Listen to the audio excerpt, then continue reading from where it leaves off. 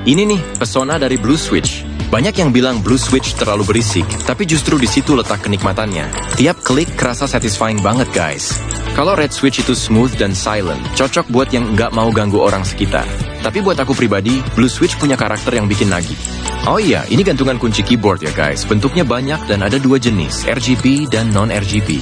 Buat yang RGB, kalian bisa ganti keycaps-nya. Terus kalau yang non-RGB, bisa ganti keycaps dan switch-nya. Jadi bisa di-custom sesuai selera.